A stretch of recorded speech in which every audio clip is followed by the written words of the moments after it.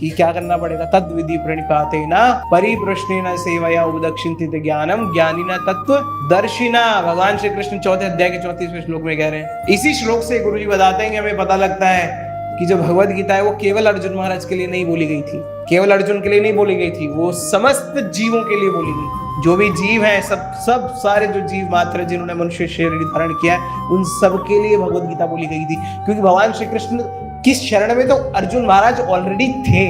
Already दूसरे अध्याय के 7वें श्लोक में अर्जुन महाराज ऑलरेडी सरेंडर्ड हो चुके थे। शिष्य अस्त्यम साधिमाम त्वम प्रपणम। ऑलरेडी अर्जुन महाराज ने कह दिया था कि मैं तो आपका क्या हूँ, शिष्य हूँ। तो ऑटोमेटिकली जैसे ही वो अर्जुन महाराज शिष्य बने तो भगवान श्री कृष्ण क्या हो गए, उनके गुरु हो गए। तो ऑलरेडी थे, फिर भी चौथे अध्याय के 34वें श्लोक में दोबारा क्यों कह रहे हैं तत् विधि प्रणिपातेन? क्यों कह रहे हैं कि तुम गुरु के शरण में जाके उनसे क्या लो, ज्ञान लो। इसका मतलब वो अर्जुन महाराज के साथ साथ हम जितने भी जीव हैं उनको भी क्या दे रहे थे प्रभु जी, एक संदेश दे रहे थे। अब हमारे में है कि हम उसको संदेश की तरह लेते हैं, उपदेश की तरह लेते हैं या आदेश की तरह लेते हैं। भगवान श्री कृष्ण ने तो बोल दिया और आखिरी में इस चीज को भी मेंशन कर दिया, यद इच्छेसी तथा करो। भगवान कह रहे मैंने तो सब कुछ दे दिया है, अब जैसी तुम्हारी इच्छा है वैसा करो।